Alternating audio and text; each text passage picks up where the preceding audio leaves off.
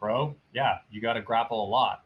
But what are you doing outside of grappling to prepare and train the capacities of your anatomy for the demands of grappling? The FRS team has worked also extensively with like the UFC Performance Institute.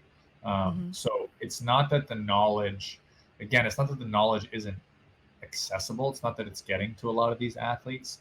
It's just,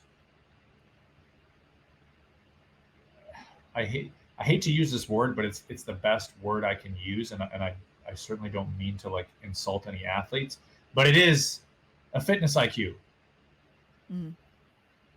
And that's it. It's like if you have some amount of fitness IQ, you understand that your body is something that you use and that you also have to take care of if you want it to take care of you. And I don't care what your sport is. Like that's just like kind of health 101, right? Mm-hmm. Again, I've met plenty of athletes at the world class level who are just like, I don't care. I don't have time. At some very elite jiu-jitsu schools that I've been to and talked with some of those athletes about their injuries pretty extensively. And you ask them what they're doing and they're not doing anything because they just want to grapple.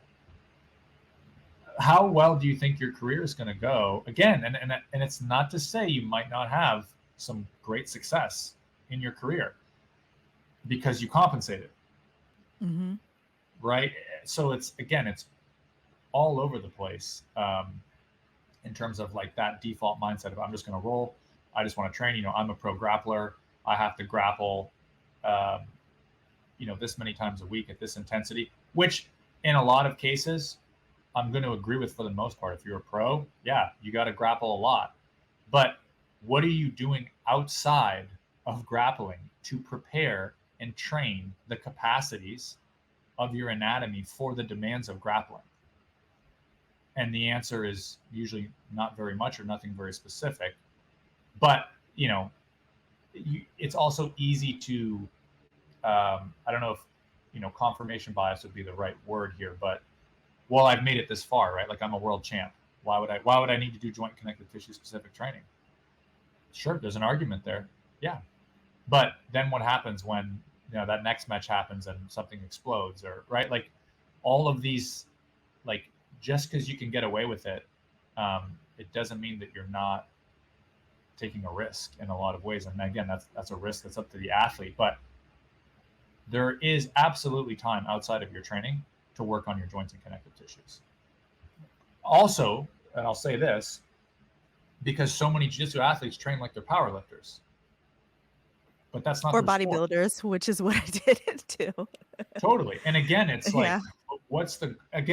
I'm totally fine again with whatever your goals are, right? You want to look good, right? You want to be strong. We can get into what that actually means, what strength actually means. And I'd be quoting the FRS internal strength model, which was a course that was developed a couple of years ago now. Strength is a emergent behavior that comes from synergies between joint muscle and connective tissue.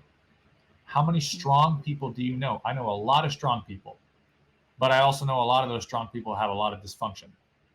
So I'm not saying you're not strong in the conventional sense of the word, but I also know a lot of really strong people that don't have chronic pain and dysfunction because they hit those other two ecologies of joint and connective tissue, because that's where things fall apart in a lot of conventional strength training. Thank you for watching. You can watch more videos like this one by clicking these links.